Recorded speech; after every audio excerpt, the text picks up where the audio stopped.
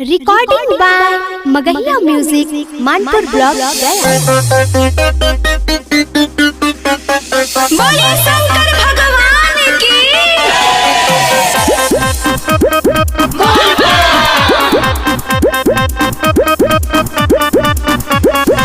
Music by PM Bihari.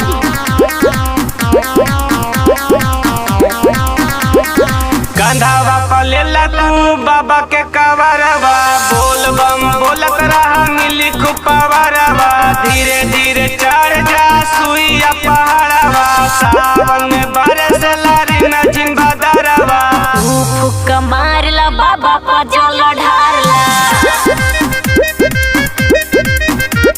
बोला बम ये बाबू दिल से पुकारला।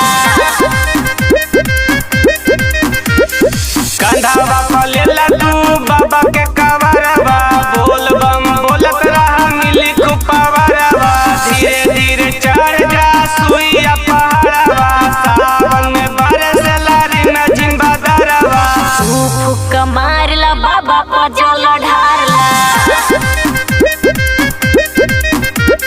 बोला बम ये बाबू दिल से पुकारला।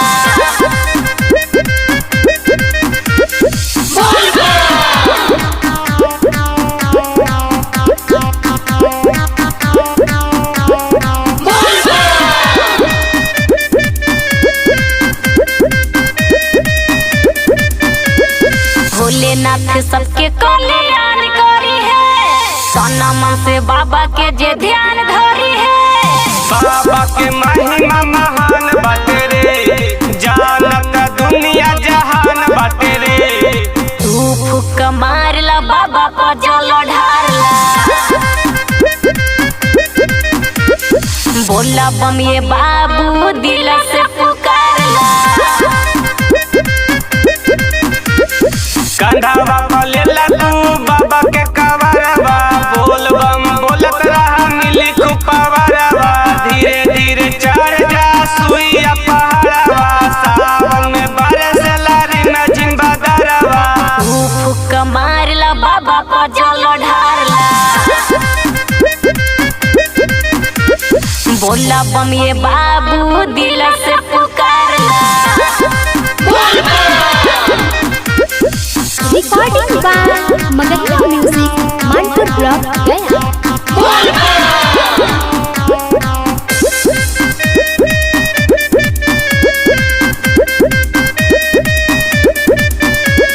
देवा राइटर सुबोध पीएम बिहारी, हर देला जल देखा पहिला समारी। हीरू बिहारिया के गाना बजेला, सबे कवरिया खूबे नाचेला।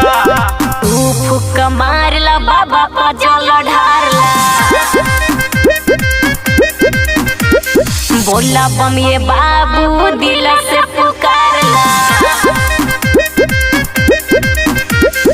कंधावा पलेला तू बाबा के कवरवा, बोल बम बोलत रहा मिली कुपवरवा। धीरे धीरे चढ़ जा सुइया पहाड़वा, सावन में बरसला रे नजिन भदरवा। तू फुक मारला बाबा का जल ढारला, बोला बम ये बाबू दिल से पुकारला।